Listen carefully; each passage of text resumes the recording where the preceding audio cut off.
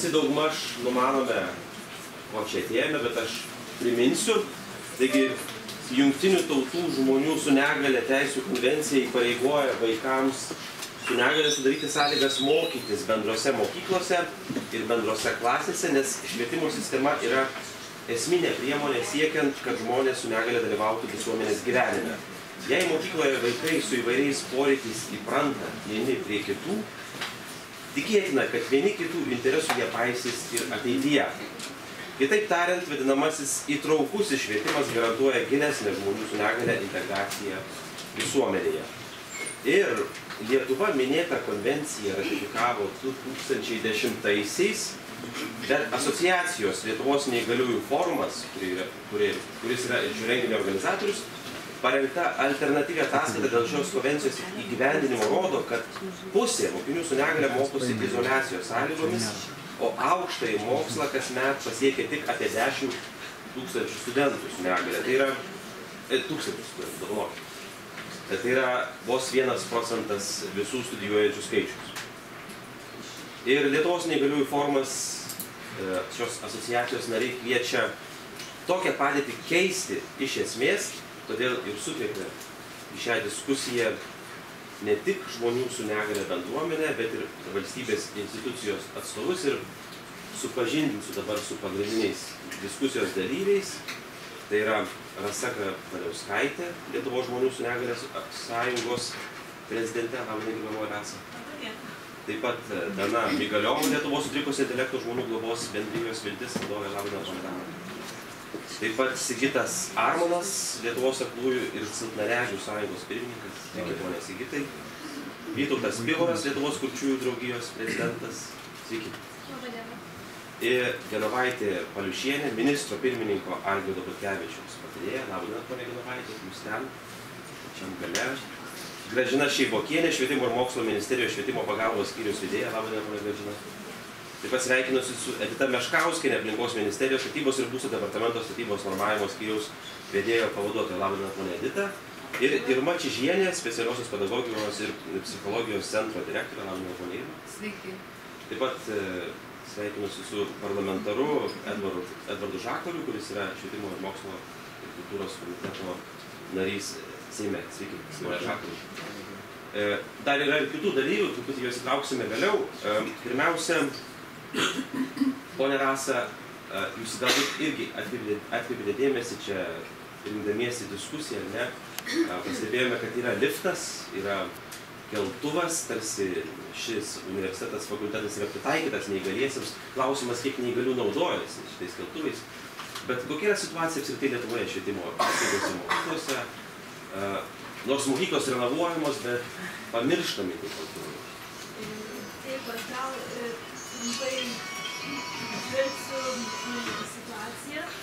Lietuvos žmonių su negale sąjunga jau 6 metus vykdo tokį projektą Beslenčių, audituoja viešosios paskirties objektų prieinamumą žmonėms su negale. Viena iš tų kategorijų yra švietimo įstaigos, kaip gimnazijos, progimnazijos ir aukštosios mokyklos ir panašiai.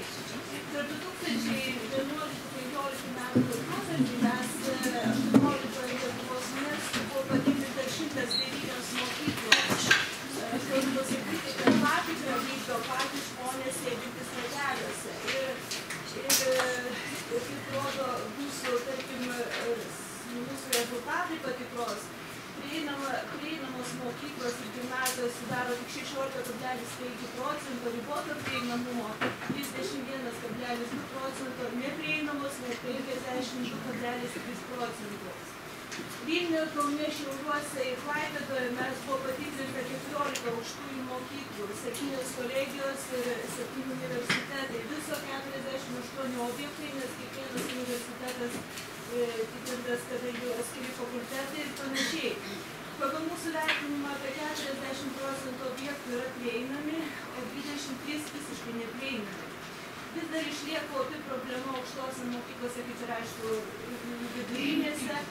Tai patekimas į kitus aukštus. Nėra liftų, trūksta keltuvų, niekur nėra perspėjančių paviršių apie lygių pokyčius, paliktos kliūtis patekti į auditorijas ir kai kur pastebimas nekokybiškas, netitinkantis standartų, kai kurių nuolydžių pritaikymas ir tokie atvejai, kai tarkim tualetas yra lyg ir pritaikytas sanmazgai, o duris paliktos siauros, neįvažiuosi. Švietimo ir mokslo ministerijos teigimu per šitus kelis praėjusius struktūrinės paramos laikotarpį buvo renovuota 280 mokyklų. Bet ką norim paminėti, kad didžiausias dėmesys buvo skiriamas, kaip pasakyti, energijos taupymo programai, vadinkim, tai stogų, langų keitimas, o praktiškai kaip žmogui vaikui su negalia patekti į mokyklą, jau patekus į pirmą aukštą, remonto ar kažkokie kiti darbai, šito dalyko nebuvo sprendžiamas.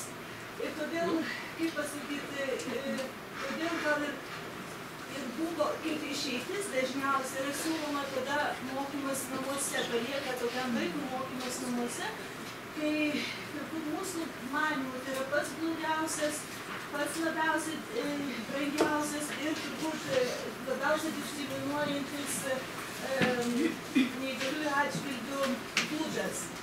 Mūsų galva neturėtų žmogus dėl negalios, vaikas dėl negalios būti skiriamas tas mokymas namuose. Mokymą namuose renkamas ir tada, kai vaikui su negalia nesuteikiamos pagal švietimo įstatymą garantuojamos ir pavėžėjimo paslaugos, nors tą numato švietimo įstatymo 36 straipsnio 2 punktas. Kitas, kad dažnai jaunuoliui su negalia net patariama nesivarginti ir nelaikyti brandos egzaminų. Ir tokiu būdu jie atestatų negauna, o tik mokymosi pasiekimų pažymėjimą. Vėliau tęsti mokslus, tarkim, aukštosiose mokyklose ar kolegijose tampa labai problematiška. Ir ką mes matome, kad pats švietimo įstatymas lyg tai ir numato, vieni straipsniai numato, kad turi būti mokyklos kaip ir pritaikytos aplinka. Ten rodo 34 straipsnio 3 dalis, kad specialių poreikių asmenių švietimo prieinamumas užtikrinamas pritaikant mokyklos aplinką. Kiti straipsniai rodo, kad taip tas mokinys gali būti jam tėvų pageidavimų, suteikiamos kitos paslaugos ir lengviausias būdas tai tas mokymas namuose. Tai manau, gal taip trumpai. Mokyklos turėtų būti labiau pritaikytos? Jos turėtų būti pritaikytos. Jos neturėtų būti labiau pritaikytos, jos turėtų būti prieinamos, nes klausimą keliama planai čia ne tik vaikų problema, tai dažniausiai mokyklose vyksta ir rinkimai. Ir kur, tarkim, tikrai žmonės negali dėl savo pilietinės valios išėti dėl to, kad būtent nepritaikyta yra aplinka. Aha, tai situacija tokia, ne 16% realiai mokyklų yra pritaikytos. Čia pagal mūsų vertinimus. Nes, kokybiškas vertinimas patys žmonės, kurie turi tokių poreikių ir neįvertina mokyklas. Yra akivaizdu, kad yra įstatymų skylių. Tai klausimas, ponia Dana, kas lieka? Lieki namie ir mokaisi namie, bet ar tai išeitis? Tai tikrai neišeitis ir mes daug metų apie tai diskutuojam, bet pamenu, prieš 15 metų buvo sudaryta bendra darbo grupė Švietimo ir mokslo ministerijos ir Sveikatos apsaugos ministerijos atstovų, kur mes tada lyg ir buvome sutarę, kad neįgalumas nėra indikacija skirti mokymą į namus. Šiandien ką mes turime labai gerai išvystytą ir iki šiol veikiančią specialiųjų mokyklų sistemą ir žengiam tik pirmuosius žingsnius ir kalbam apie integruotą mokymą. Apie integruotą mokymą čia vėliau diskusijose pasakys tie, kurie tą praktiškai ir daro. Ir su didelio apgailestavimo galiu pasakyti, kad ta integracija pas mus sparčiai žengia atgal, todėl kad švietimo įstatymo 34 straipsnio 1 dalis nustato, jog mokiniams, kurie turi specialių ugdymo poreikių, mokykla rekomenduoja pedagoginė psichologinė tarnyba. Ir toks teisinio reguliavimo dviprasmiškumas leidžia mokyklos vaiko gerovės komisija, pedagoginė psichologinė tarnyba neįgalaus vaiko tėvams įrodyti, kaip neįgaliems vaikams su specialiais ugdymosi poreikiais geriausia išeitis rinkti specialiasias ugdymo mokyklas. Ką tai reiškia šitos komisijos nedidelėse savivaldybėse? Aš nekalbu dabar apie didmiesčius. Tas pats specpedagogas, jisai dirba ir pedagoginiai, psichologiniai tarnyboje, ir specialioje mokykloje, jeigu tokie yra, ir dar kažkur tai, nes tų specialistų vietose trūksta. Ir kas be ko, daugiausiai jie nukreipia mokintis mokymus į specialiasias mokyklas, nes specialiosiuose mokyklose sistema ugdymo sąlygos yra labiau pritaikytos specialiųjų poreikių vaikams, vienas dalykas. Antras dalykas, darbo sąlygos specpedagogams ir kitiems specialistams ir apmokėjimo tvarka tenai žymiai palankesnė negu integruotose bendro lavinimo mokyklose. Čia yra didelis minusas. O apie mokymas į namus šiandien Lietuvoje mes turim 15 metų rugsėjo 1 dienai savivaldybės duomenimis namuose mokymą gavo 359 vaikai. Ką tai reiškia 359 vaikai? 359 vaikai, galbūt 100 iš jų galbūt po labai ūmių kažkokių tai sveikatos sutrikimų, ligų, galbūt to mokymosi namuose keliems mėnesiams reikia. Bet dar lieka 100 vaikų, kurių, sakykime, jeigu jis turi kompleksinius sutrikimus, elgesio sutrikimus, lengviausia išeitis, kad nereikėtų organizuoti kokybiško ugdymo pačioje mokykloje, skiriamas mokymas vienas. Vadinasi, mama arba tėvelis negali dirbti. Vaikas praranda ypatingai sutrikusio intelekto vaikai praranda visus socialinius įgūdžius, nes daugelį atveju sutrikusios raidos, sutrikusio intelekto vaikai mokosi mėgdžiodami iš savo bendramžių, mokosi pažinti aplinką ir taip toliau. Tai, žodžiu, mes auginam tokia kaip ir neįgaliųjų kartą, nežinau kam.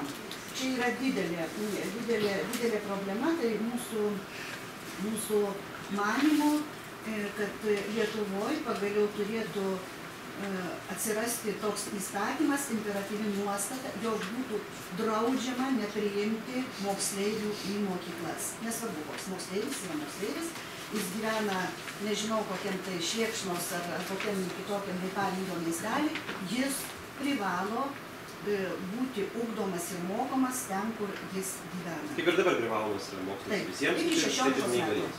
Turi eiti į mokyklą. Turi eiti į mokyklą, o ne ateina kelis kartus per savaitę mokytojas porai valandų ir man iš Palangos pavyzdį vieną papasakosiu, mama viena verkė. Sako, kas man iš to, kad 3 kartus per savaitę ateina mokytojas ir mano dukrai dainelės dainuoja, sako, aš paties galiu dainuoti visą dieną. Čia dar yra mokyklų vadovų, jie paskui truputėlį vėliau pasidalins savo patirtimi, kaip iš tikrųjų yra sudėtinga integruoti neįgaliuosius į mokymosi procesą mokyklose. Pone Sigitai, kalba apie įstatymą, draudžiama turi būti, kad vaikai liktų namie, jie turi eiti į mokyklą, o praktiškai su kuo tada tektų susidurti švietimo įstaigoms ir pedagogams?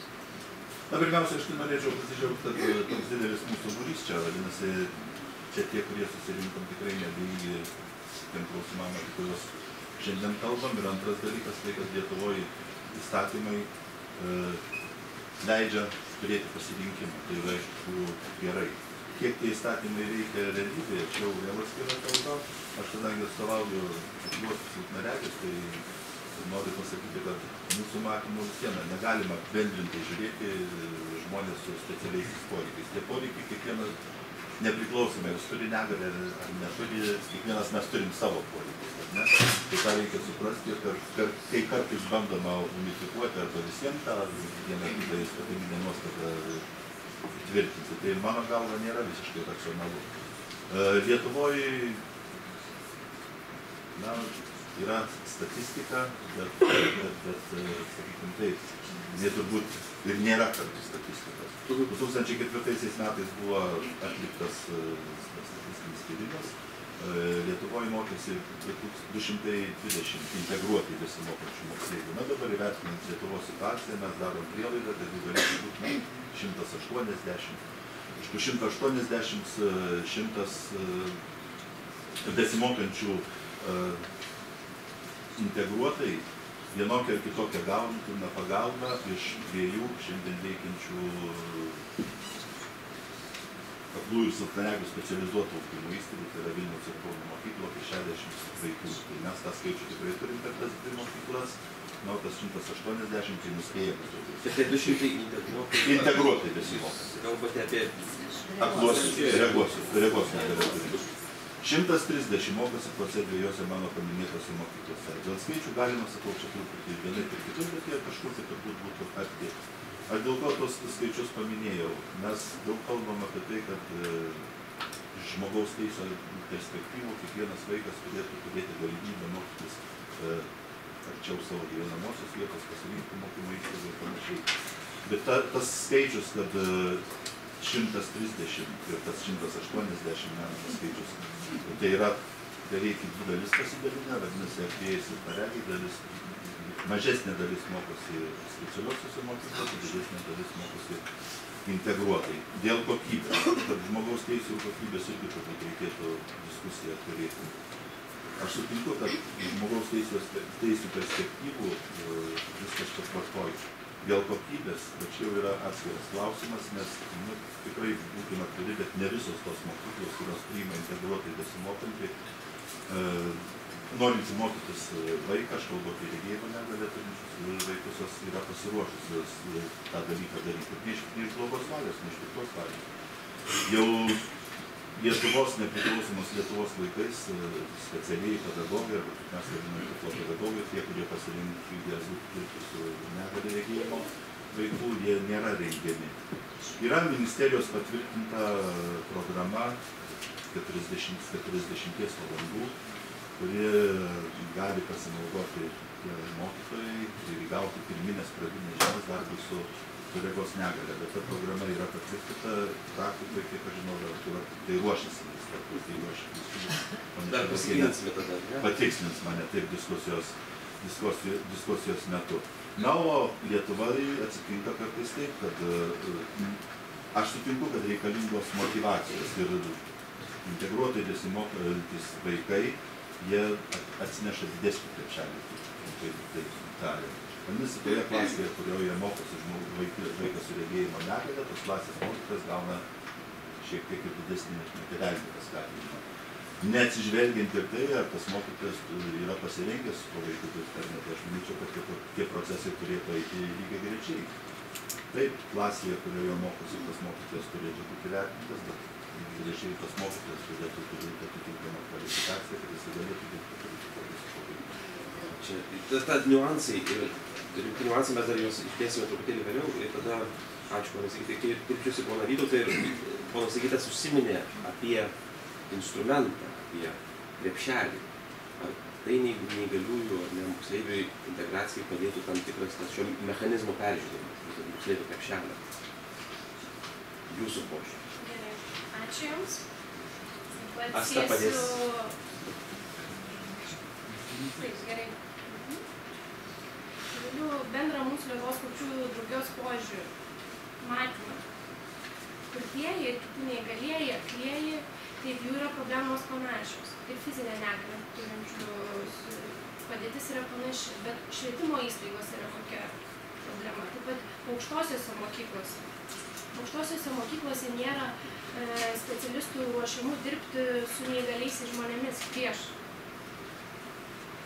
Taip, jie mokosi bendrųjų dalykų, savo specialybinių dalykų, bet baigę savo specialybę pradeda dirbti neįgaliųjų mokyklose ir jie nežino, kaip su jais dirbti, tiek su fizinė negalia turinčiais, tiek su kurčiaisiais, tiek su aklaisiais. Ir jie pasimeta tose mokyklose. Taip pat ir vaikai perima tą mokytojų nenorą kaip kartu irgi dirbti ir tada jų procesas mokymo sustoja. Jeigu vaikams nėra gerai, tai būna toksai kaip atsilikimas nuo mokymo programos. Kalbant apie mokymo krepšelį, yra skaičiai. Bazinis krepšelis yra 1014 eurų metams. Kaip ir sveikiesiams. O jeigu vaikas yra neįgalus, kurčias ir aklas, jeigu yra integruotas į bendrojo lavinimo mokyklą, yra pridedama 35%. Ar tai 36,7% pridedamas mokinio krepšelis. Ir pinigai didėja, bet metams yra pinigai tokie numatyti ir galima kelti klausimą, kokia yra mokymo kokybė, koks yra aplinkos pritaikymas, kokia yra metodinė medžiaga, kaip vertinti, ar tai yra pritaikyta tinkamai neįgaliam žmogui. Taip pat dėl specialiųjų mokymo įstaigų yra skaičiuojamas visai kitaip. Tai siekia nuo 2000 iki 4000 virš eurų finansinę kryptį. Taip, ten dirba gal ir specialistai, kurie moka gestų kalbą. Yra pritaikyti tam tikrai specialistai, tai yra logopedai, surdopedagogai. Bet ar tikrai yra tam visa suteikta aplinkos pritaikymo specializacija? Taip pat yra ir naujovų, pokyčių, kuriems reikia mokytojams ir pedagogams duoti tokią kvalifikaciją, kad nevyktų pastoviai. Kad žinotų savo kompetencijas, kad mokymas vyktų pastoviai. Taip pat reikia ir tiek mokinių mokymo pritaikymo aplinkos, tiek mokytojų, ar fizinę, ar negalią turintiems, ar akliesiems, ar kurtiesiems reikia pritaikyti tam tikrą mokymosi pritaikymą. Taip turi būti kalbinė mokymo aplinka pritaikyta. Ir kad vaikai galėtų skaityti tam tikrą metodinę medžiagą pritaikytą. Reikia žiūrėti į jų poreikius. Nesgi kiekvieno vaiko poreikis yra skirtingas. Vieniems reikia vienos metodinės medžiagos, kitiems kitokios. Tai reikia individualaus pritaikymo kiekvienam mokiniui. Ir tada gausime gerą tam rezultatą. Ir galima kalbėti toliau apie ateitį. Ačiū ponui Vytautui ir Astai. Taigi, pagrindiniai akcentai sudėti ir galbūt tada, kas pasakyta, adresuočiau vyriausybės atstovams šioje diskusijoje. Pasakyta daug, galbūt pirmiausia pradėčiau nuo ministro pirmininko patarėjos ponios Genovaitės Palikienės. Situacija tokia, ne? Pana Genovaitė patikrino, kaip aiškina neįgalieji, penktadalis švietimo įstaigų yra pritaikytos, trečdaliu daugiau yra skiriama krepšelio neįgaliojo mokymui metams. Bet situacija yra nepatenkinama. Kaip jūs irgi vertintumėte šitą visą kontekstą? Na, situacija nepatenkinama jau ne vieną dieną. Taip. Jau ne vieną dieną tiek tos mokyklos nebuvo pritaikomos. Taigi buvo pasirinktas, vėlgi šitą vietą norėčiau, kad paaiškintų ir dviejų ministerijų atstovai, kodėl buvo pasirinktas pigiausias paketas tvarkant mokyklas, kad tiesiog buvo energetinis apšiltinimas daromas, o nebuvo kartu sugalvota prevencija, kad ir vidų pritaikyti mokyklų. Šitų vietų yra pagrindinė problema, kad šiuo metu iš šitos padarytos klaidos, mes čia galim dabar ją skaityti, kaip buvo padaryta klaida praeitam programavimo dokumente, gaunant struktūrinių fondų paramą, kad šitos klaidos nepasikartotų ateityje. Nes aš manau, kad dabar vėlgi kalbama apie vėl panašų kiekį mokyklų, kurios bus pritaikomos ir kad nebūtų pasirinktas lygiai tas pats modelis. Ir šitai vietai mes tiesiog norėčiau švietimo ir mokslo ministerijos ir aplinkos ministerijos išaiškinimų, nes mūsų dabar yra tikslas tiesiog pažiūrėti, kad tai, kas buvo padaryta anksčiau, klaida nepasikartotų. Tai yra tiesiog padaryta, ką matom klaida. Tai šitai vietai klaidų neturėtume daryti. Tai, kad nevyriausybinės organizacijos yra labai aktyvios ir kelia problemas, kad mes iš tikrųjų šiuo metu turim Lietuvoje 2010 metų ratifikuotą neįgaliųjų teisių konvenciją, jos nuostatas, ir tai skatina mūsų valstybę žiūrėti žmogaus teisių ir vaiko teisių per visus savo darbus, per visas ugdymą, per švietimą, per aplinkos pritaikymą. Tai yra labai svarbu, kad visos institucijos tą girdėtų. Šiuo metu neįgaliųjų balsas yra labai stiprus, labai gerai girdimas ir iš to daromos išvados. Aš manau, kad su švietimo ir mokslo ministerija mes dar ne kartą susėsim ir kalbėsimės. Rudenį turėjom susitikimus dėl būtent specifinių poreikių vaikų ugdymo sutrikusio intelekto asmenų. Pavedimas, galiu pasakyti, dar švietimo ir mokslo ministerijos neįvykdytas, ką turiu konstatuoti, nes yra sudėtingi dalykai, reglamentuoti taip, kad visos pusės būtų patenkintos, kad neįgalieji iš tikrųjų gautų tą ugdymą pagal poreikius individualius, kaip kalbėjo kolegos. Yra labai sudėtinga suderinti, nes vėlgi tie pinigų krepšeliai, mes girdim, pakankamai dideli yra. Bet vėlgi įvairiose sistemose esant, jų tas piniginė išraiška yra skirtinga. Jeigu ugdymas vykdomas yra jau asmenų, kurie suaugę pilnametystę, ta piniginė suma turi daug mažesnė išraišką. Suvienodinimas ugdymo proceso išlaidų irgi yra labai svarbu. Turim ką veikti, yra labai daug iššūkių valstybei, tikrai yra labai daug iššūkių. Na ir tiesiog aš manau, kad bendrom jėgom, kadangi nevyriausybinis sektorius yra geranoriškai nusiteikęs, bet kovingai, kad tai iš tikrųjų skatina ir jie tikrai suvokia, apie ką kalba, jie suvokia, kokia yra problematika ir skatina mus dirbti. Aš tik tiek galiu pasakyti, kad iš tikrųjų 2007-2013 metų programavimo dokumentų šitam periode nuo 14 iki 20 metų klaidos tikrai nepadarys. Manau, kad mes šitą tikrai suprantame. Gal paklausime ponios Editos Meškauskienės, ačiū.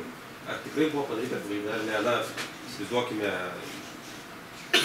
sąmatose, ar ne, ten skaičiuojamas projektas, tada suliniuoti ateina statybininko, įvažiuoja neįgalieji ir negali tiesiog patekti į švietimo įstaigas. Ar buvo padaryta klaida ir ar tos klaidos nebebus kitame finansavime? Kalbėti apie klaidą tikrai aš nesiryščiau.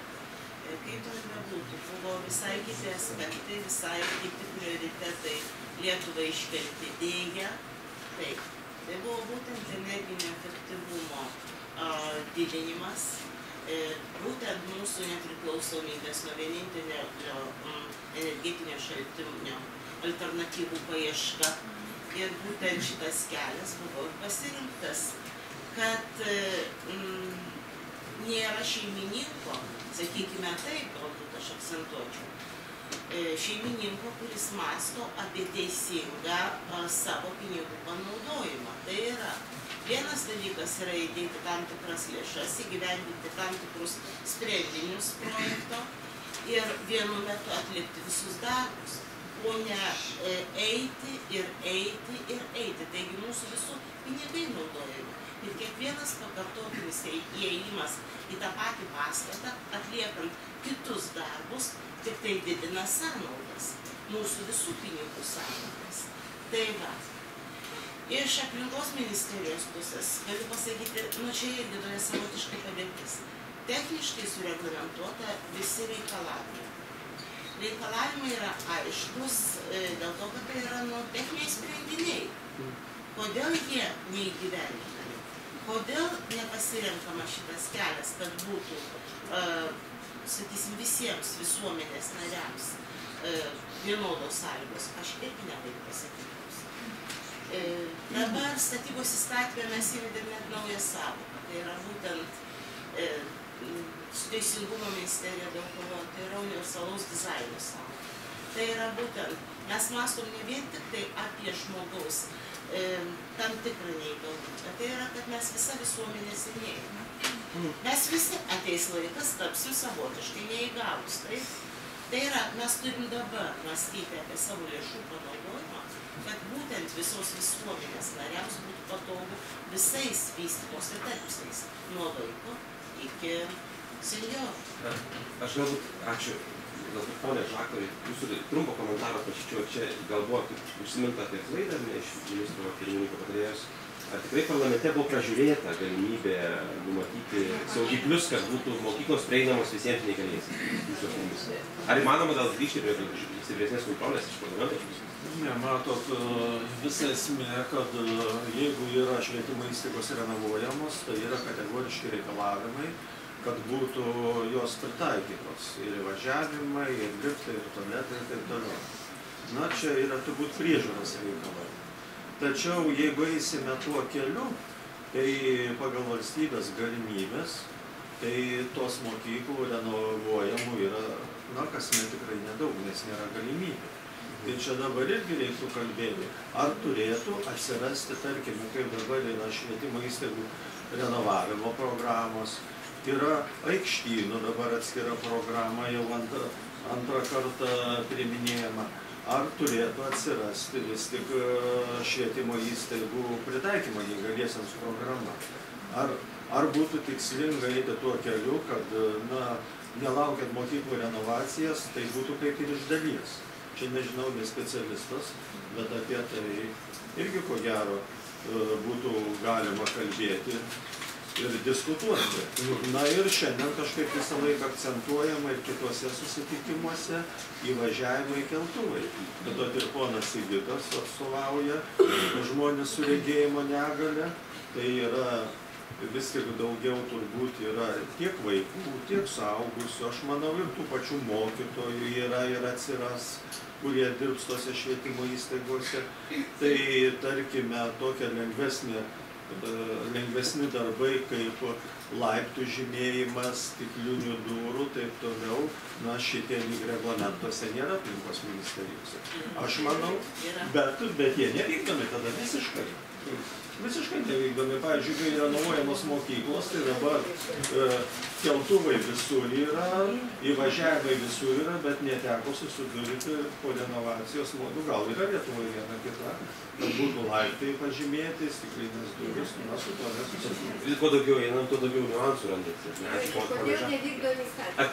Atsiprašau, mes grįžime prie to klausimų, nes čia teisingai panašu, kad kur žiūrėsi ten kažkaip stringa, bet dar pirmiausia, kol išsiaiškinsime, kodėl nevykdomi įstatymai, norėčiau Andželos paklausti, kuri yra, ar ne studentė vežimėlyje ir mokėsi namuose ir dabar netgi turi išvažiuoti Kauną studijuoti. Gal truputėlį papasakotum būtent ne tik, kad nėra pažymėtų stiklinių durų, ar ne, ir šiaip tiesiog patekti, kaip suprantu, yra sudėtingai mokymos įstaigas. Taip gal papasakoti. Dėl 12-11 klasės operacijų, kada turėjo dėstytojai teikti namo, ne vieną iš šiais 3 metus aš nemačiau, ne kartą. Bet dėl pažymėjimų, šiek tiek galiu pasakyti, aš žodžiu turėjau atsiskaityti ir gavau pažymėjimą, aišku, pas mane nėra dienų egzaminų, pas mane parašyta atleista. Bet aš gavau tą pažymėjimą 12 klasės, kad išklausyta, bet įstoti universitetą arba kolegiją, tu stosi mokymą tai tikrai, nes pas tave tas balas mažas bus, bet stoti tikrai mokama. Štai kaip pasisakė. O kaip Kaune?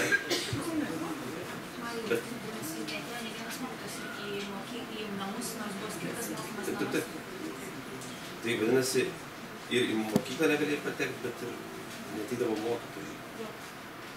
Mano, pavyzdžiui, jeigu pas mokytus arba klasiokai atneša namų darbą visam mėnesiu, aš po to atgal. O krepšeliai kokie pinigai numatyti? Tokiu atveju 25% didesnis finansavimas. Aha, tai žodžiu, čia truputėlį atsiranda tokių... Aš galbūt opozicijos atstovės paklausčiau, matau, Dalia Kodytė, nes radosi įstatymas, ar ne, klausimas, kodėl nevykdomi įstatymai. Čia panašu neužtikrinama elementarioji sistema. Konstitucinė teisė. Kas yra, kaip jums čia atrodo? Man regis, kad labai gerai situaciją iliustravo aplinkos ministerijos atstovės pasisakymas. Iš tiesų, visi matom, kad problema kaip ant delno, o ministerijų valdininkai sugeba viską nuskandinti miglose ir paversti visų mūsų, kurie su laiku tapsim neįgaliais problema ir galvoti apie mūsų pinigus. Tai, žodžiu, man regis, kad ministerijos yra išsipūtusios biurokratinės struktūros tiek, kad jau dirba ne žmogui, o būtent savo. Mes kalbam apie pinigus, kurių nėra, yra pinigų. Yra pinigų valstybė, bet klausimas, kodėl jie neateina iki žmonių. Kodėl net, pavyzdžiui, vyriausybės atstovai nesugeba priversti ministerijų dirbti savo darbą. Tai yra inertiškos struktūros tiek, kiek tenka kalbėtis, tai aišku, žinoma gerai, kad yra nevyriausybinis sektorius. Blogai yra tai, kad nevyriausybinis sektorius, tai vyriausybinis sektorius, tai yra ministerijos. Nebendradarbiauja, bet ministerijų valdininkai į nevyriausybinį sektorių žiūri kaip tam tikrus prašytojus, ramybės drumstėjus, kurie pasdirbs ir nustos. Tai čia yra apskritai mūsų valstybės problema. Dabar kalbant apie tai, kodėl nevykdomi įstatymai, tai va čia ir yra. Susiduriam, teisinė mūsų bazė iš tiesų yra nebloga. Yra konvencija ratifikuota. Dabar klausimas, kas kontroliuoja vienas. Kas kontroliuoja, kaip šita konvencija yra įgyvendinama. Ir jeigu atsakysim į šitą klausimą, tai tada ir suprasim, kodėl įstatymai nevykdo. Taigi, ačiū dalį politik parlamentarė Gražina Šeivokienė. Panašu, kad adresatas, galbūt ir jūs galėtumėte būti, mes kontroliuojame. Mes paminėjome keletą svarbių aspektų ir, sakykime, vien tas atvejis paliudijimas, ar ne, neateina mokytojai į namus, nors yra skiriamas didesnis finansavimas. Tai kaip jūs įvertintumėte, iš kur ta nauda nuo? Ar čia dėl, bet švietimo ir mokslo ministerija nesužiūri? Tai labai ačiū iš ties, kad vyksta tokia diskusija, kad mes kalbame labai atvirai apie skaudulius, kurie yra mūsų visuomenėje. Bet aš pirmiausia norėčiau vis tik tai vieną sakinį, kad taip net ir vienas šaukštas deguto, jisai sugadina visą statinę medaus. Ir šiandien mes kalbame būtent apie pačius tokius aštriausius, ekstremaliausius atvejus, pamiršdami galbūt ir tą turbūt darbą, kuris yra atliekamas tiek ir neįgaliųjų, tiek ir mes švietime truputėlį kitaip įvardiname specialių ugdymosi poreikių turintys asmenys. Tačiau aš tikrai sutinku, kad turime labai daug problemų ir kai kalbame apie neįgaliųjų teisių konvencijos įgyvendinimą, mes dalį atsakomybės prisimame švietimas. Tai yra tai, kas yra susijęs su švietimu. Tačiau bendrai visą kontrolę vykdo socialinės apsaugos ir darbo ministerija. Tai yra pasidalinimas ir yra koordinacinė taryba, kuri koordinuoja bendrai visos šitos konvencijos įgyvendinimą. Dėl švietimo srityje įgyvendinamo šitos konvencijos. Tai iš ties yra turbūt darbai, kurie buvo daromi anksčiau ir kur galbūt procese įvyko tam tikrų klaidų. Kai mes kalbame apie pastatų pritaikymą, iš ties praeitam periode Europos Sąjungos struktūrinių fondų finansavimo didžiausias dėmesys buvo skiriamas energetiniam. Taip. Ir tas reikalavimas, kad būtų pritaikyta, taip pat buvo keliamas. Tačiau mes turėjome dalį planinių projektų, kita dalis buvo regioniniai projektai. Vadinasi, atsakinga ministerija, mes bandėme įdėti labai daug saugiklių į finansavimo sąlygų aprašus, kaip turėtų vykdomi. Truputį, aš paveikime nuo istorijos. Buvo konkretus siūlymas. Šiuo metu. Jeigu draudžiama nepriimti vaiko neįgalaus į mokyklą, ką?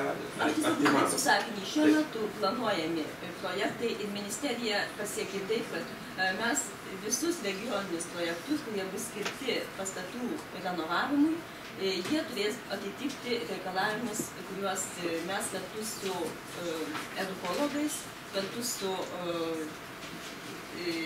architektais ir kartu su žmonėmis, kurie išmano, kas yra šiandieninė mokykla ir kaip pritaikyti neįgaliesiems, jie privalės tuos reikalavimus atitikti.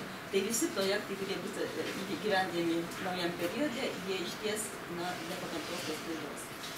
Gerai, sakykime, dar aukštesnio lygmens pasiūlymas keisti švietimo įstatymą, kad dabar, sakykime, vaikas ar ne, kitą kartą negali patekti į mokyklą dėl to, kad labiau apšildytos sienos, o nėra keltuvo.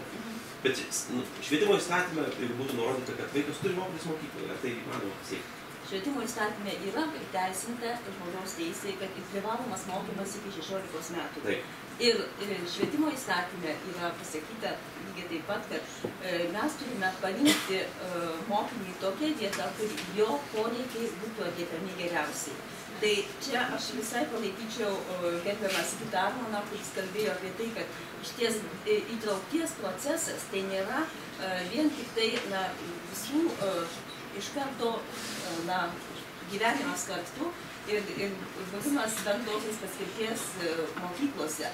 Mes turime išties pakankamai daug padaryti namų darbų tam, kad visos mokyklos būtų pritaikytos neįgaliųjų poreikiams ir specialių ugdymosi poreikių vaikams.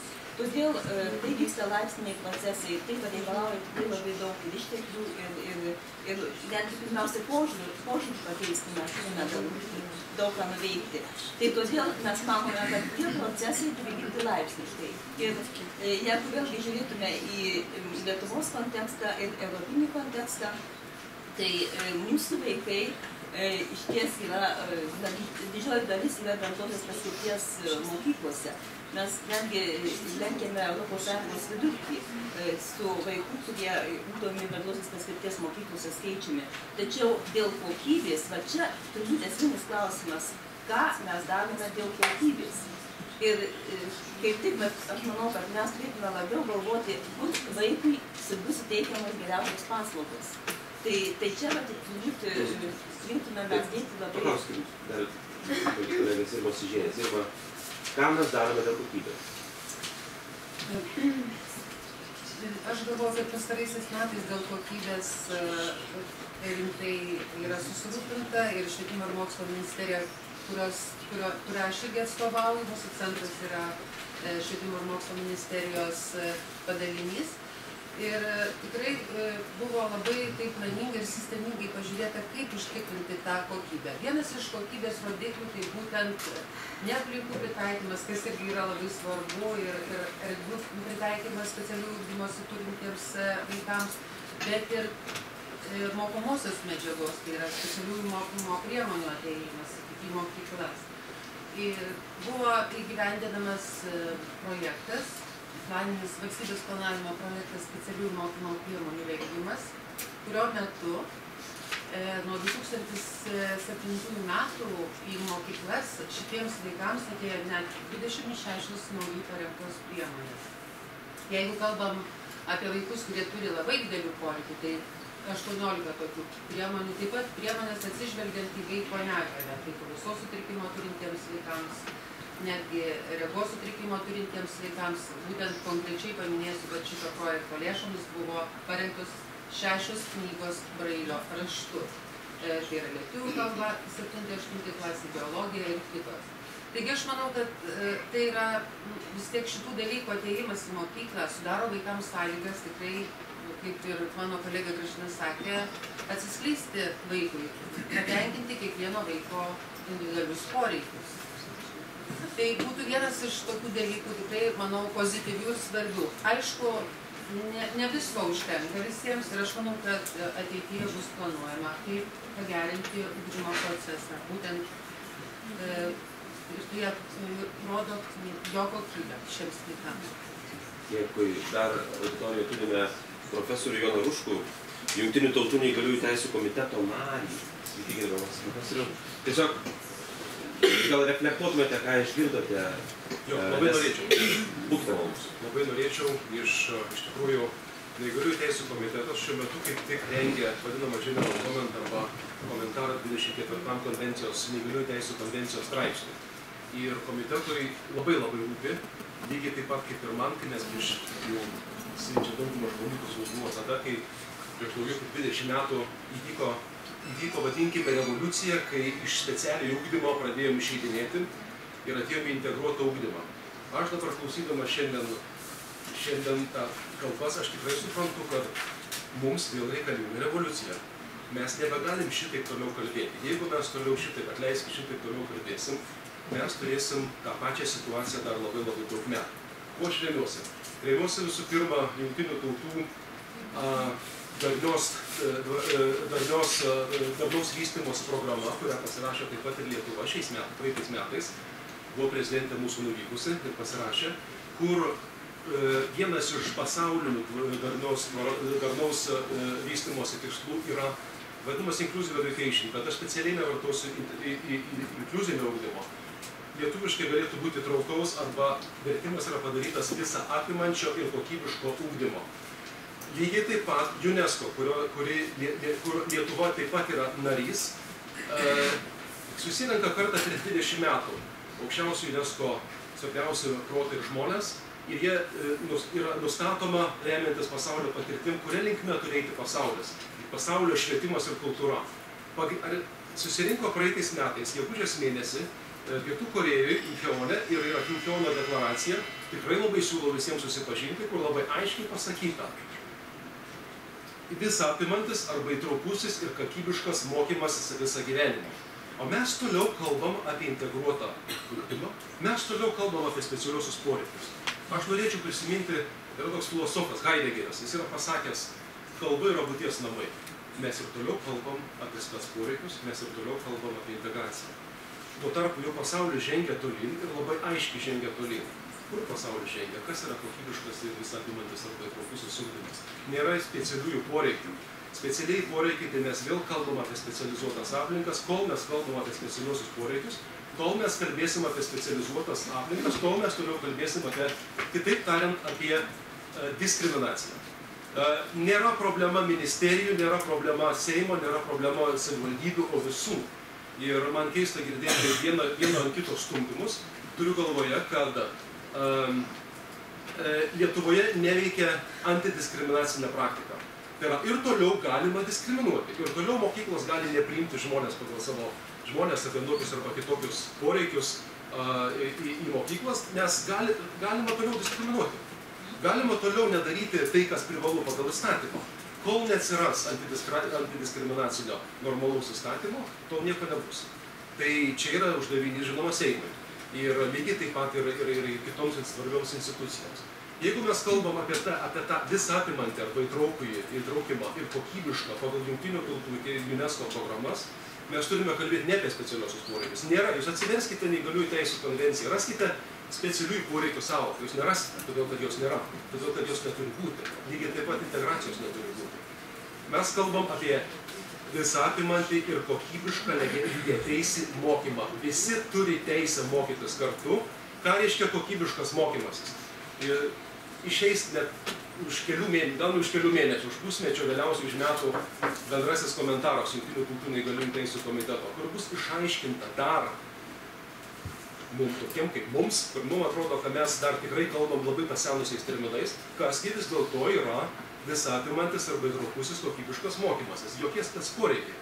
Tai yra individualizuotas mokymas pagal vaikų lūkesčius, gebėjimus. O visi vaikai turi, gebėjimai nėra matematikos, lietuvių ir kitų pagrindinių mokymosi dalykų suma. Visi žmonės yra daugia arba pačių įvairiausių gebėjimų ir taip pat lūkesčių. Kada mokymosi programos, ne mokymosi priemonės, mokymosi priemonės eina paskui mokymosi programas. Kada mokymosi programos bus individualizuotos ir visi vaikai mokysis vienoje erdvėje pagal individualius poreikius ir individualias programas, tada mes galėsim pradėti kalbėti jau ne apie integraciją, kas yra iš tikrųjų praeitis, o mes tada pradėsim kalbėti apie įtraukų ir visą apimantį švietimą. Ačiū. Ačiū, profesoriau. Geras tonas, manau, galime tęsti po Jono Ruškaus tono. Dar keletas pagrindinių tezių ir paskui įtrauksim ir daugiau žmonių į diskusiją. Dar nepadytą norėtų būti. Aš tik tai vieną sakinį, profesoriau, truputėlį oponuodama jums, lygių galimybių įstatyme, vienas iš pagrindų yra nediskriminavimas negalios pagrindų. Ta prasme, tai čia mes ir kalbam, vėl grįžtam apie tai, kad neveikia. Bet įstatyminė bazė tarsi yra, bet turim žiūrėti kurioje vietoje. Bent jau jeigu vykdytume tai, kas yra, tai tas nediskriminavimo principas šitoje vietoje turėtų galios visiems. Ačiū, Seimo nariai. Nėra stebėsenos ir kontrolės mechanizmo. Pone Pulušienė, dar vienas klausimas. Yra keli akcentai. Kalbėjome apie geležį, liftą, nesvarbu, ir kvalifikaciją mokytojų. Ir kelios pastabos, aišku, šioje vyriausybė benueinanti yra, kaip norėtumėm, laipsniškumas ir revoliucija, nes vyriausybės atstovas, ne ministerijų darbuotojai, kalba apie laipsniškumą, Jungtinių tautų atstovas užsiminė apie revoliuciją. O, sakykime, ministrų kabineto ar ministro pirmininko akimis, kaip būtų spręstini šie klausimai laipsniškai, ar taip ir taip?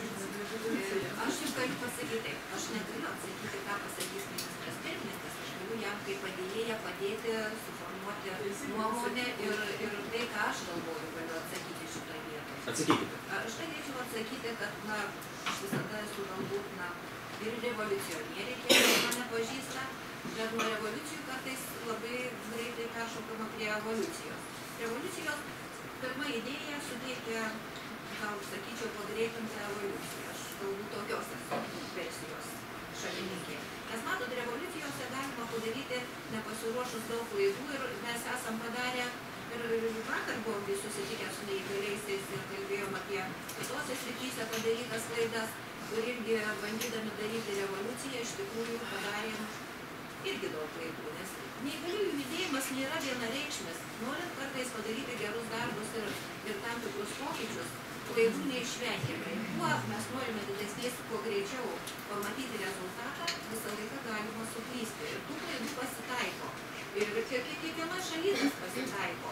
Neįgaliųjų judėjimas man asmeniškai tenka būti ir dažnai neįgaliųjų pusėje savo gyvenime, matau, esu pradėjus man nevyriausybinio sektoriaus.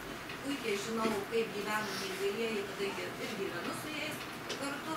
Tai šitai vietoj, aš sakyčiau, revoliucija pastūmėja tikrai apgalvotai evoliucijai. Reikia apgalvoti, paskaičiuoti ir ko mes siekiam. Nes iš tikrųjų kartais rezultatas, ką ir kolegos sako, būna dažnai priešingai. Tikiuosi netrukus mes išsiaiškinsim, ko siekiam, bet dar pirmiausia, kad jau užsiminė apie sąvokų netgi kitimą, apie kitokio lygmens kalbėjimą, spec poreikiai, tas kvalifikacija mokyklos, ar ne, kiek yra neįgalusių suprantamas kaip spec poreikių reikalaujantis. Iš tikrųjų tiesiog integruoto mokymosi dalis, bet yra karčios, kaip suprantu, patirties ir galbūt pasidalintų Valentina, ne klausos negalią turinčio vaiko mama. Jūs, ponia Valentina, gal papasakokite trumpai, kas buvo? Mano dukrelė dabar mokosi Žygimanto Augusto valstybinėje mokykloje 3 klasėje. Taip. Bet jos gyvenimo pradžia yra sudėtinga. Gimė neišnešiota 22 startinių savaičių. Vaiko raida atsilieka nuo žemynų. Jinai turi specifinius mišrus raidos sutrikimus, emocijų sutrikimus, valgymo sutrikimus. Nuo ankstyvojo gimimo nepažinant dar kalbos mergaitė apsaugusi, abimusi. 4 metų, tik tai 4 metų savo gyvenimo tarpsnį, mergaitė chirurginiu būdu yra implantuota, turi kochlearinį implantą, vienos ausytės. Bet kalba labai reikšmingas dalykas, 4 metai visiškoj tyloj, vaikas turi didžiųjų tikrai problemų. Jos lydi psichologinės, socialinės programų problemos. Kai atėjo laikas eiti į mokyklą, sukako vaikų 7 metų, jinai buvo praktiškai be girdimos kalbos.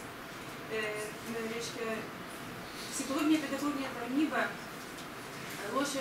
vertino vaiką ir ruošė vaiką pagal trišalį sutartį mokyklą. Mes kreipėmės į švietimo skyrių.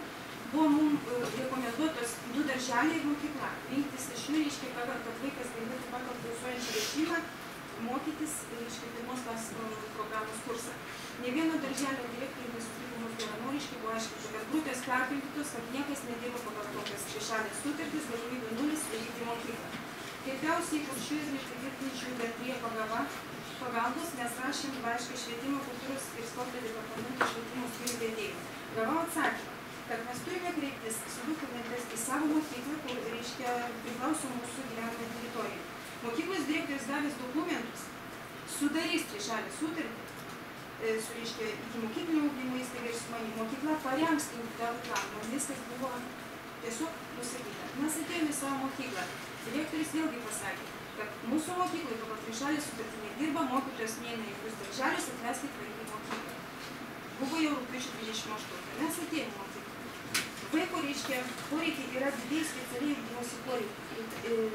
Pagal psichologinės pedagoginės tarnybos raštus reikalinga vaikui pritaikyti bendrasis ugdymo programas, teikti surdo pedagogo, logopedo, specpedagogo, socialinio pedagogo, psichologo pagalbą ir mokytojo padėjėją. Mes tai mokyklui gavom mokytojo padėjėją ir surdo pedagogo padėjėją Kuršių mokyklui ir logopedą nepastovų visiškai darbą, kadangi rugsėjo ruošiami planai, kaip dirbti su vaiku, keli mėnesiai logopedė dirba, paskui žmogus turi sveikatos problemų, tai suprantame, kad kelis mėnesius sargai ir ta pagalba visiškai nepastovi. Čia pirmoji klasė. Antroji klasė buvo iškviesta ir pasakyti man buvo, kad mokytoja padėjėja bus atimta iš vaiko, padalinta per kitus vaikus, kadangi reikia kitiem vaikams. Aš vėl kreipiausi į švietimo skyrių, pagalbos švietimo skyrius paskambino mokyklą ir pasakė, direktorius užtikrino toliau mano mokymas. 2 klasė užduotė. 3 klasė šiais metais vėl 2 kartus buvo perstatyta, kad tikrai atimtas bus pedagogas padalintas, nors nėra nei specpedagogo, nei psichologo per visos tos metus, nei socialinio pedagogo, reiškia. Vėl mes liekam su surdo pedagogu savo namuose, kiek investuoja tą vaiką, kiek gali mokinti.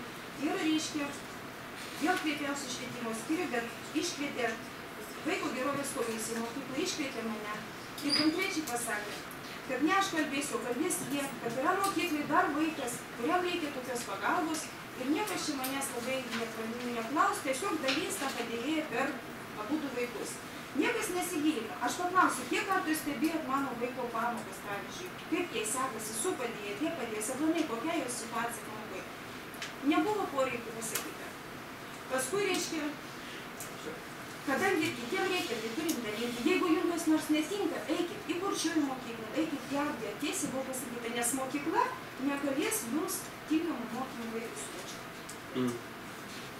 Šiurpų girdėti, ačiū mamai Valentinai, tiesiog man taip susisiejo jūsų patirtis, kaip dabar net tie šulinių atvejai buvo, socialiniai darbuotojai turi rūpintis rizikos šeimomis, bet vaikai tęsia šulinius ir tiesiog nesužiūri.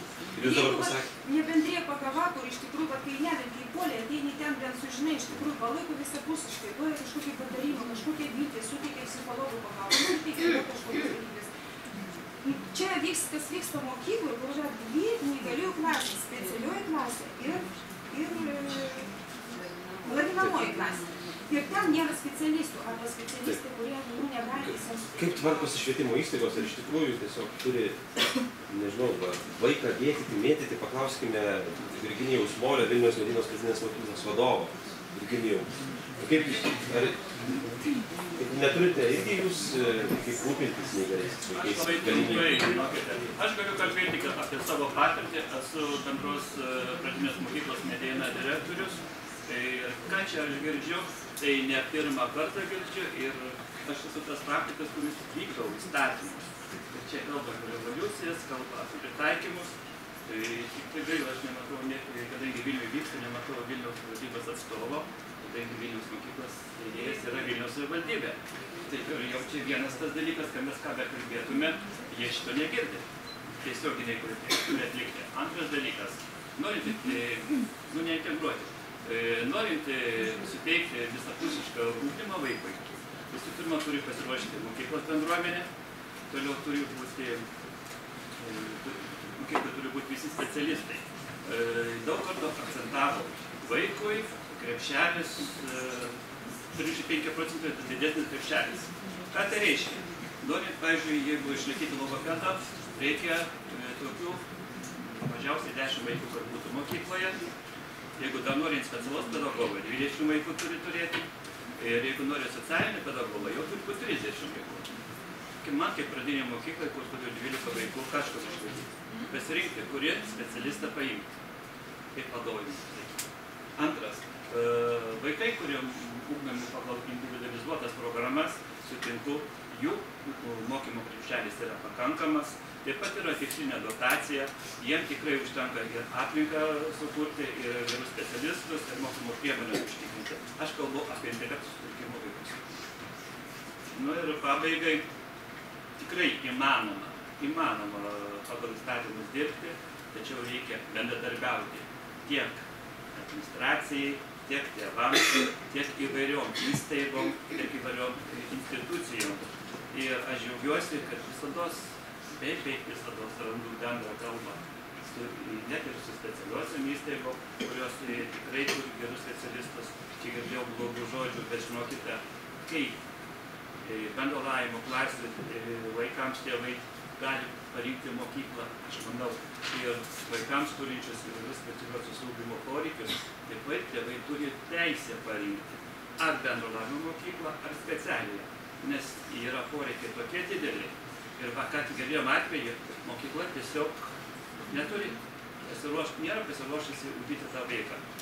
O gali būti, dabar taip aš šaršuosiu, prašau mamos, o tai gal būti, kad mama norėjo į bendravimo mokyklą, neatsižvelgiant į vaiko interesus. O visą laiką reikia žiūrėti į vaiko interesus. Jūs gal neradot bendros kalbos, bet visados gali nesutikti tėvai su administracija. Bet kai priėmė bendrą tą nutarimą ar sprendimą, visados tik tai reikia atsižvelgti į vaiko interesus. Ačiū. Aš vienas klausimas. O pas jūs, kai darote, priimate tokius vaikus, jie pas jūs atskirai klasėse būna, ar yra viena klasė suformuota tokių vaikų, ar jie integruojami į klases? Taigi yra dvi klasės, kur vaikai ugdomi pagal individualizuotą programą. Dvi klasės, bet jie yra 12 vaikų, kurie integruoti į bendro lavinimo mokyklą. Tai čia sumažinta katalikiškos mokyklos versmė moteris. Dar pasakykime klausimų netrukus, galėsime ir daugiau pateikti dar vieną patirtis iš kitos mokyklos, kur irgi yra integruota neįgalių vaikų, tai Loreta Skramtai, Balsių progimnazijos direktorė. Kaip pas jūs yra? Aš dabar klausausi visos šitos diskusijos iš tiesų ir viena pusė turi argumentų, ir kita pusė turi argumentų, ką mes galime pasakyti iš mūsų patirties. Mokykla mūsų gyvoja 5 metus. Mokyklos aplinka iš tiesų yra pritaikyta, kadangi nebuvo pastatyta paskutiniais 11 metais ir jos visa aplinka yra iš tiesų suderinta ir pritaikyta visiems neįgalių su judėjimo negalia tikrai. Mes mokykloje turim 11 vaikų su dideliais specialiaisiais ugdymosi poreikiais, taip vadinamų tarnybos išvadose, ir šitie vaikai yra ugdomi integruoti. Ir kokias mes turim problemas?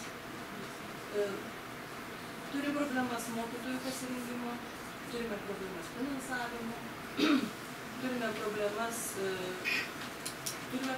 bendruomenės tam tikrų kampų, nors, sakyčiau, mūsų bendruomenė yra pakankamai tolerantiška ir ką mes matom per 4 metus, vaikams integruotas ugdymas yra iš tiesų gerai. Nes vaikų socializacijos prasme, integracijos prasme, jie yra labiau socializuoti, jie laisvesni, jie orientuojasi erdvėje ir taip toliau. Dabar kokios yra didžiausios problemos? Kalba visi apie tos 25% prie krepšelio. Didelių specialiųjų poreikių turintiems vaikams išvadose parašyta skirti mokytojo padėjėją. Dabar ką tai reiškia? Tai reiškia žmogus dirbantis minimaliu atlyginimu ir prižiūrintis konkrečiai tą vaiką. Jo atlyginimas per metus susidaro, mes netgi pusę etatų skiriame, ir jo atlyginimas per metus susidaro tikrai nemažas. Kai tikrai žinome, kad 350 eurų prie krepšelio prisideda tie 35%. Ir dabar kas gaunasi? Mokykloje mes turime 11 vaikų, juos pagrupuojame ir taip toliau, mums reikia 8 etatų mokytojų padėjėjų mokykloje. 8 etatų. Ta prasme, mums reikia priežiūrai tų vaikų, atsiprašau, 8 mokytojų padėjėjų, 4 etatų. Tai įsivaizduojate, kad mokykloje reikalinga per metus 22 000 eurų papildomai. Ką tai reiškia? 30 000 eurų krepšelio viso mokyklos biudžeto, viso mokyklos biudžeto 30 000 eurų yra perskirstomos lėšos vadovėliams, mokymo priemonėms, mokytojų kvalifikacijai ir taip toliau. Tai sudaro. Iš kur mums gauti dar papildomas lėšas? Nes 35% tai užtenka tik tai logopedai, psichologui, specpedagogui. Visus šitos specialistus mes turime. Šitą pagalbą mes užtikriname. Taip, mes tą pagalbą užtikriname. Bet šitų lėšų užtenka tik tai dėja tokiam reikmėm. Mokytojų padėjėjų į krepšelį iš esmės nėra įskaičiuota didelių specialių poreikių turintiems mokiniams. Ir kiekvienais metais mes einame į savivaldybę, imame kryžiaus kelius įrodinėdami, kad mums skirtų papildomą finansavimą šitiems mokytojų padėjėjams, nes mums reikia užtikrinti pagalbą mokiniams. Iki šiol neišduoda, va šiais metais turiu pateikiau 2 raštą ir gavau neigiamą atsakymą. Nežinau, kas bus toliau. Tai aiškumas yra toksai, kad kaip ir skiriami pinigai, bet jų užtenka tik tai vidutinius poreikius turintiems mokiniams, integruotam ugdymui. Didelis ugdymosi poreikius turintiems mokiniams reikalingas daug didesnis finansavimas. Tai čia yra pagrindinis dalykas, dėl ko mokyklų vadovai kratėsi. Kitas klausimas buvo dėl namų mokymo. Namų mokymas vienam mokiniui 11 valandų skaičiuojama yra namų mokymų, 11 pamokų per savaitę. Per mėnesį tai maždaug susidaro būtent 350 eurų finansavimas tam namų mokymui. Tai yra baisus nuostolis mokyklų namų mokymui. Ir dėl to ir nenori skirti, o jeigu, sako, tu mokykis namuose, ateis tėvai pasiliks, žodžiu, praktiškai mokytojai matyti neskiriamas valandos ir tie mokytojai lietuvių nevažiuoja. Tai jūs turėtume visi suprasti, kad tas finansavimas visgi į krepšelį nėra skaičiuotas. Ir vadovai yra pastatyti į tokią poziciją, kad jie turi kautis dėl papildomo finansavimo šitiems vaikams. Tiesiog tokia yra situacija. Dėl mokytojų kvalifikacijos. Gal iš tiesų reiktų pagalvoti visgi, kad mokyklos galėtų specializuoti šiek tiek ugdant tokius vaikus. Nes jeigu mes mokykloje turime vieną vaiką ratukuose, turime vieną vaiką su intelektų sutrikimu, turime 3 vaikus su autizmu, turime dar kažkokius kitokius, kiek mokykla gali pajėgti išmokyti mokytojų, juos paruošti, dirbti tinkamais vaikais. Tai galbūt kažkokia tai krypti specializacija čia vyksta švietimo strategijos, čia savivaldybių galbūt strategijos. Kaip sugrupuoti mokyklas? Čia atviras ponios Loretos klausimas. Gal pradėkime po truputį apibendrinti, dar aišku, prieš Viktorijos klausimą. Prašom visi. Aš mažą pastebėjau, reaguojant į Jono kalbą. Šiaip mes Lietuvoje esame truputėlį tokie inertiški, ta prasme, kad sustojom maždaug prieš 25 metus, kai pradėjom šnekėti apie tos specialios poreikius, ir sustojom ties jais, bet buvo reikėjo ir dabar reikia tolyti. Vat iš to, ką mokytojai sakė, reiškia, yra problema, kur mes kalbam apie individualizuotą ugdymą, individualizuotą mokymą. Iš tikrųjų, tai kalba reiškia apie individualizuotą finansavimą. Praktiškai reiškia, reikėjo, taip kad visos išvados apie vaiką, taip kad turi baigtis ne vien tik teisinių intelektų, tai įvertinimo ar tik intelektų, tai reiškia atvykti ir panašiai. O turi baigtis, kiek to vaiko mokymas kainuos tais metais, gražiais metais, taip kad. Ir tada, taip kad jau, kadangi savivaldybės yra atsakingos už tos dalykus, jos turi galvoti apie tai, kaip taip kad, būtent mokyklo, pagelbėti mokyklą, iš tikrųjų, taip kad individualizavosi ne tik teisų mokymą, bet ir patį finansavimą. Nes individualizuoti mokymą, taip kad tai reiškia tam tikrų numatyti, priemonių, numatyti tam tikrų, reiškia, sakysim, pagalbininkų, reiškia, panašiai, visą tai įeina finansavimą. Ir dar vienas tas toks abstraktus specialiųjų poreikių finansavimas, 25% ar kažkiek yra nesąmonė didžiausia. Dėl to, kad vieniems vaikams nereikia tiek, o kitiems reikia ženkliai daugiau. Tai vienas dalykas. Antras dalykas, reiškia, bažnyčių kalbos kaip dienos, vadinasi, lietuvių kalbos dienos, nuo vasario 16 iki 11. Įstatymuose rašant, reikia labai taip atsargiai rinkti žodžius. Kai yra parašyta, vaikas turi būti mokomas, nemokomas, taip parašyta, ugdomas iki 16 metų, reikėtų visgi atskirti tą žodį dvi dalis. Tik mes suprantam, taip sakant, iš inercijos, kad tai atsakomybė yra teisinė pačio žmogaus. Tėvų, tiksliau ir tėvų, taip sakant, jie turi leisti vaiką mokytis, apskritai, 16 metų pats vaikas turi mokytis. Bet ten reikia kalbėti, privalomas mokymasis ir mokymas privalomas. Atskirti tos du žodžius, nes kažkas moko, tai reiškia, moko atsakingas savivaldybė, kaip mokyklų steigėjai, kaip vadinasi, neprivalė savo vaikus būtent ugdyti. Tai ta prasme, kad reikia įstatymus truputėlį formuluotės keisti, kad daugiau tokių dalykų. Tai vat aš siūlyčiau pagalvoti, būtent specialios pedagogikos psichologijos centrui, taip kad reiškia greitai linkčioti, kad įvertinimas išvada baigtųsi. Ne vien tik reiškia būtent tokia apibendrintas, iš ko vaikų tam trūksta, reiškia, bet taip, kad ko jam reikėtų, reiškia, mokymo procese, o būtent kiek kainuotų, reiškia, konkretaus kiekvieno vaikų mokymas. Manau, kad, reiškia, į tos pačius finansus mes tilpsim, taip, kad jau... Ačiū, profesoriui Valdonui, dar profesorius Ruškus reikia. Trumpą komentarą į tų momentų užsakytus. Vienas momentas labai teisingai buvo čia ką tik įvardinta mokytojo vaidmuo. Tai iš tikrųjų mokytojo, parama mokytojui begalinė turi būti. Jeigu čia turbūt didysis, čia ministerija kreipimas yra, čia ministerijos darbas, kad padėti mokytojui, kuris galės dirbti su visą apimančią arba įtraukiają mokyklą ir kokybišką mokyklą. Ką tai reiškia? Tai vėlgi grįžtų. Integracija tai reiškia, kad vaiką įdėjome ir vaikas prisitaikė prie mokyklos, tada atsiranda visas specialistai, kurie turi dirbti su tuo vaiku, o mokytojas lyg ir ne prie ko. Visa apimantis ugdymas arba įtraukusis kokybiškas ugdymas reiškia, kad visi mokytojai dirba ir individualizuotos programos yra ne specialiųjų poreikių vaikams, vėl tik tokiems, bet manau, bet yra visiems vaikams, nes visi vaikai turi individualius poreikius. Tai čia vienas komentaras. Tai aš tikrai noriu pasakyti komiteto irgi tame komentare, išaiškinti 24 straipsnio mokytojo vaidmuo, bet ne spec mokytojo, o mokytojo, kuris, reiškia, gali dirbti su skirtingais vaikais. Kitas momentas, grįšiu pirmoji diskusijos pusėje, buvo įstatymai nevykdomi, kas kontroliuoja ir tuom ir pasibaigia. Tai vėlgi konvencijoje 33 straipsnis labai aiškiai sako, lygiai taip pat Paryžiaus principai, kuriuos taip pat yra Lietuva pasirašiusi, tą daro pilietinė visuomenė, tą daro nevyriausybinės organizacijos, tą daro suinteresuotieji asmenys. Tai jie kontroliuoja, jie iškelia viešumon, tai yra demokratijos pagrindas. Jeigu mes to neturime stebėsenos atliekančios pilietinės visuomenės ir nevyriausybinio organizacijų, mes tada neturim demokratijos. Čia yra faktas dalykas. Gerai, dėkui profesoriui, dar po vieną sakinį iš auditorijos, prašom. Aš esu studentas, mokiausi Vilniaus universitete, bet pats turiu negalią, perėjau švietimo sistemą nuo pat pradžių, žygiuoju toliau, baigiau pedagogikos studijas, turbūt grįžti į tą pačią sistemą vėl atgal. Ir žinau, kad klausau šitos visos diskusijos, kurie vyko jau ilgai ir tiesiog dūsauju, nes čia mes girdėjome baisių dalykų, baisių atskirų konkrečių situacijų, kada neateina pas žmogų mokytojai, kada stumdo iš institucijos instituciją. Ir čia problema, man atrodo, mes kalbėjom, ar čia reikia revoliucijos, ar čia reikia revoliucijos. Mes galėtume visą tą sutvarkyti. Čia yra prioriteto klausimas. Čia yra prioriteto klausimas.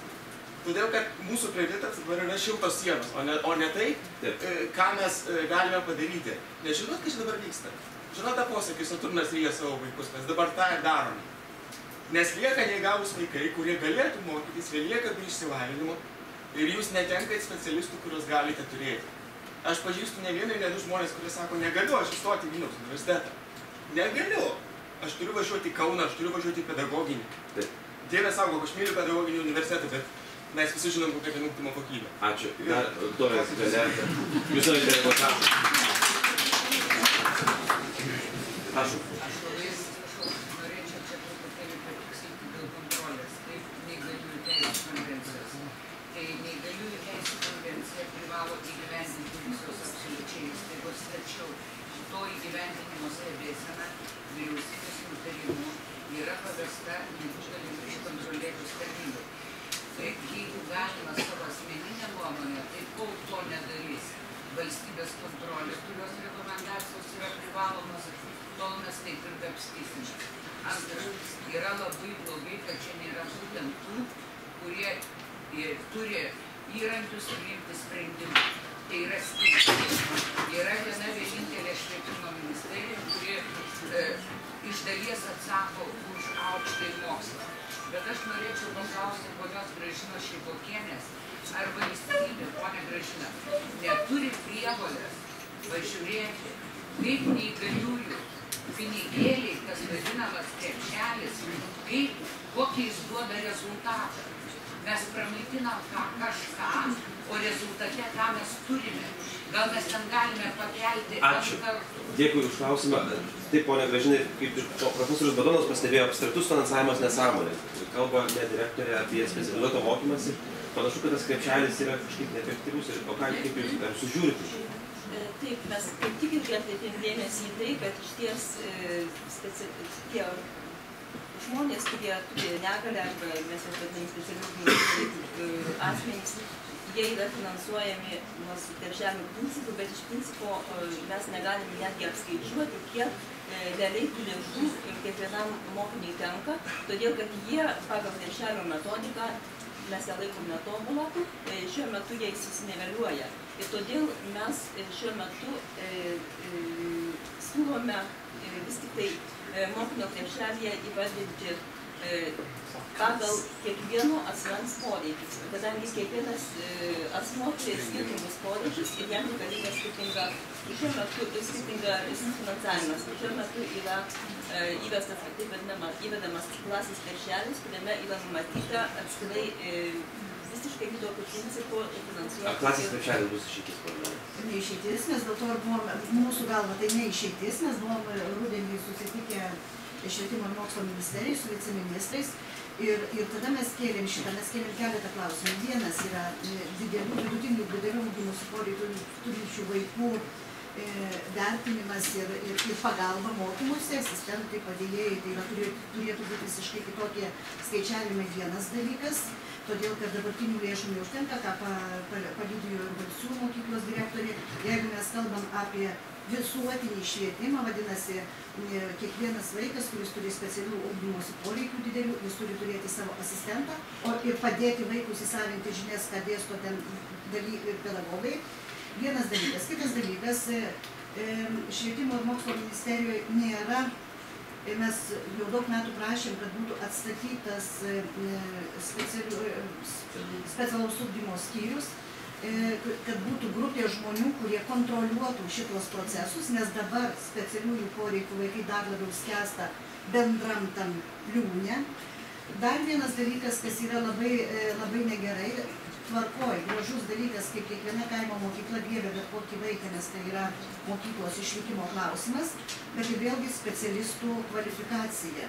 Tai čia yra iš pedagoginio universiteto gal gali kažką tai paliudyti iš tų klausimų. Bet dar vienas dalykas yra specialusis ugdymas ir su juo susiję paslaugos. Aš pastebėjau, jūs labai sureagavote į specialaus ugdymo skyriaus atnaujinimą. Ką tai reiškia? Aš noriu tiesiog pasakyti, kad jau metai laiko, kaip Švietimo ir mokslo ministerijoje pakeista struktūra ir yra įsteigtas švietimo pagalbos skyrius, kuriam aš ir vadovauju. Tai ta situacija iš ties yra susijusi su tuo, kad mes ieškome sąsajų su bendruoju ugdymu, su profesiniu mokymu, su aukštuoju mokslu. Ir tai iš ties yra kaip integruojantis skyrius, kuris turėtų tuos klausimus padėti koordinuoti. Tai situacija, aš manau, kad ten dirba tie žmonės, kurie buvo specialiojo ugdymo skyriuje anksčiau dirbo. Dar klausimas, dar vienas Viktorijos klausimas, aš galėčiau. Labadiena. Iš tikrųjų, taip jau atsitiko, kad prieš 12 metų teko vadovauti socialinės chartijos priėmimui Lietuvoje. Ir jau tada organizacijos turėjo daug abejonių, kad ratifikuosim, bet kaip paskui bus suvykdyti. Tai ką šiandieną bent jau pradžioje girdėjom, tai natūralus toks veiksmas. Vyriausybės atstovė sako, kad ministerijos kažką nepadaro, ministerijos sako, mes padarom tik problemą kažkur kitur, opozicija puola valdžia. Tai yra natūralus žaidimo dalykas ir tas yra pakankamai akivaizdu, kad taip turi būti, resursai yra riboti ir panašiai. Tačiau aš manau, kad mes turim vėlgi grįžti prie tų dokumentų, Europos socialinės chartijos, prieš tai tokios neįgaliųjų teisų konvencijos, žmogaus teisų konvencijos pagaliau. Ir kodėlgi nepagalvoti apie elementarų gynybinį tokį veiksmą, kad, pavyzdžiui, neįgaliųjų forumas inicijuoja kreipimąsi į konstitucinį teismą dėl tų žmonių konstitucinių teisų nevykdymo. Tas, aišku, suprantama, mes nesitikim, kad kiekvienam, kas negavo tam tikrų paslaugų, kurie yra ratifikuoti ir rašyti į konvencijas arba į chartiją, kažkokią pinigų sumą, pavadinkim, galutinę variantą. Bent jau privers per valstybės kontrolę, per kitas valstybės savireguliacijos organizacijos paprasčiausiai padaryti konkretų planą. Visiškai yra suprantama, kad kitą savaitę neatsitiks taip, kad visur bus integruotas mokymas arba, kaip jau profesorius minėjo, reikia perėti jau prie kitų supratimų. Bet galbūt pasakyta, tvarkoj, kiekvienam mieste atsiras bent jau po vieną švietimo įstaigą, kuri pradės tą daryti. Paskiau, aišku, arčiau kiekvieno gyvenamojo vieto atsiras daugiau pagal resursą, nes suprantama, kad tas neįmanoma iš karto. Atitinkamai su specialistų pasirinkimu. Tai yra pagalvokime apie tokį normalų savo teisų gynybos mechanizmą, kreipimas į konstitucinį teismą. Ačiū.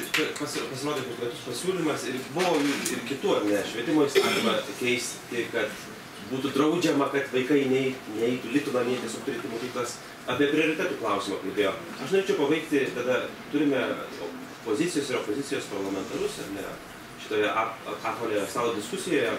Pone Žakari, ar jūsų valdančioji dauguma pražiūrėjo prioritetus, apie kuriuos minėjo jaunuolis studijuojantis?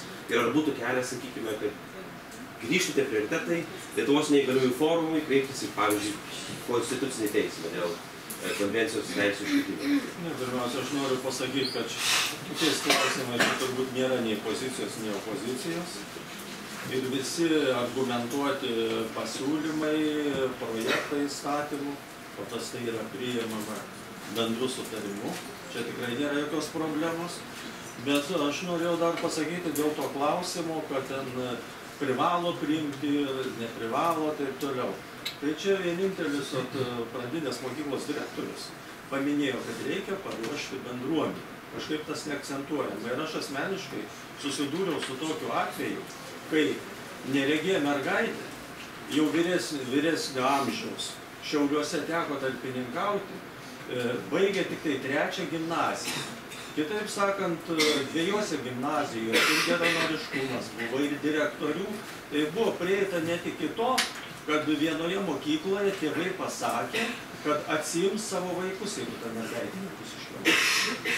Ne kitokių dalykų prieinama. O jeigu dar kalbėti apie intelekto sutrikimą ir taip toliau, vadinasi, dar turime kalbėti ne tik apie tai, kad priversti mokyklą priimti, bet jeigu nebus paruošta bendruomenė, nebus paruošti vaikai, aplinka mokytojai, tai čia galime turėti irgi labai šiaip savo rezultatą. Pone Kulyte, tai Konstitucinis teismas ar pražiūrėjo prioritetus? Pirmiausiai, tai aš pritariu ponui Žakariui ir man labai įdomu ponui Karianui pasirodė, kad aš čia kažką puikinėjau kaip opozicija. Aš tiesiog išreiškiu kai kuriuos pastebėjimus, nes iš tiesų, kai stengiasi gilintis į problematiką, tai iš tiesų pradeda keisti dalykai lysti. Tai aš manyčiau, kad kalbant apie Konstitucinį teismą, tai reiktų įvertinti, kiek šimtų Konstitucinio teismo sprendimų yra nevykdoma metų metais. Ir čia, tiesiog dėl varnelės galima, bet realiai bijau, kad ne. Aš manyčiau, kad vis dėlto turim pripažinti, man labai gaila, kad ministerijų atstovai net padarė, net tuo atveju, jeigu, pavyzdžiui, ministerijos padaro akivaizdžias klaidas, paskęsta prioritetų jūroje, nesugeba jų išgryninti ir veikti kryptingai, šito nesugeba pripažinti ir pasakyti, kad tvarkoj, tai yra padaryta ne taip ir mes viską darysim, kad būtų pataisyta tos klaidos. Kitas dalykas, aš manau, kad siaubingai trūksta tarp institucinio bendradarbiavimo. Dabar kalbam apie tai, kad neįgaliųjų konvencija turi gyvendinti praktiškai visos ministerijos savo kompetencijos srityse. Jūs pažiūrėkit, ar jos tarpusavį bendradarbiauja, ar jos žino, ką veikia kitos institucijos. Jeigu net tokio dalyko kaip aplinkos pritaikymo ministerijos nederina tarpusavį, ne tik tai švietimo įstaigų, bet ir gyvenamosios aplinkos pritaikymas yra didžiulė problema, kur ministerijos šito negalime. Na, neįgaliųjų formas, bet nevyriausybinės organizacijos.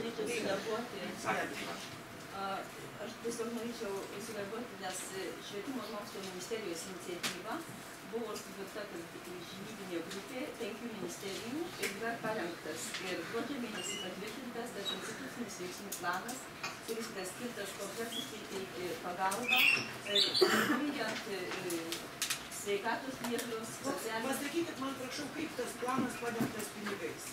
Kokios lėšos? Tai yra kiekvienos ministerijos. Kiek per visas ministerijos bus skiriama? Kada pašnekėsime po diskusijos? Ne, tai čia pats atsakymas, čia pats geriausias atsakymas. Planų mes pasiek prirašome. Yra 500 tūkstančių eurų. Kitų ministerijų yra šiek tiek mažesnis biudžetas. 500 milijonų. Ar užteks? Pone Rasai, rezumuokime. Buvo išsakyta nemažai, ar ne? Prioritetų klausimas, galbūt kreipimasis į Konstitucinį teismą, ar krepšelio peržiūrėjimas labiau jį individualizuojant. Ką jūs išskirtumėte ir ką mes turėtume padaryti? Su kokia mintimi išeiti iš šio apvaro stalo diskusijos? Aš nežinau, man tai labai daug irgi minčių, iš tikrųjų nežinau, ar po šitos dėmesio, po šitos diskusijos kažkas pajudėtų. Bet aš galvoju, 500 tūkstančių, čia reikia pats požiūrio klausimas. Iš tikrųjų, suprantate, neturėtų praeiti va tokie dokumentai, aprašai, ten kažkaip, kur Europinė lėšos eina kažką, tai turėtų būti, ten turėtų būti kalta, tiesiai šviesiai, suprantate, negali tokie projektai praeiti, jeigu nėra horizontalaus, stabilumo prioriteto įgyvendinimo. Panašiai, suprantate, bet čia apie bendruomenę, žinote, tikrai girdu, gerbame Žakarį, bet iš tikrųjų, jeigu mes esame irgi bendruomenės dalis, suprantate, mes turime patys keisti tą pačią bendruomenę. Ir suprantate, jeigu dar laukti dar 20-100 metų, kol pribręs, bet tik taip būnant kartu, ta bendruomenė ir keičiasi, suprantate. O kai mes esame atskirai paslėpti, kažkur tai ten padėti, tų lėšų nėra.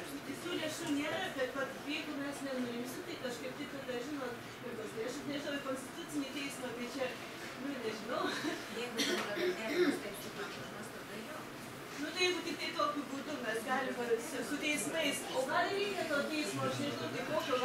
savo precedento, kad neįgalėjai vaduotų į teismą dėl tėvai dėl mokyklų.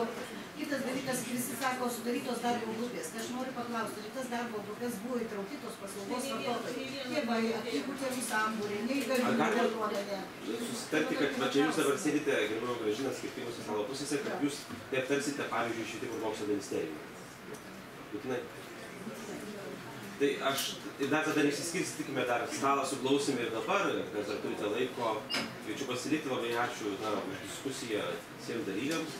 Tikiuosi neperkaitome, aš dar tik priminsiu, kad ši diskusija yra parengta Asociacijos Lietuvos neįgaliųjų forumas atlikto tyrimo pagrindu. Ir šis tyrimas yra alternatyvi ataskaita apie žmonių su negalia padėtį Lietuvoje. Ir jis bus pristatomas šis tyrimas balandį Ženevoje Jungtinėms tautoms. Ačiū skirtą laiką ir laimingai.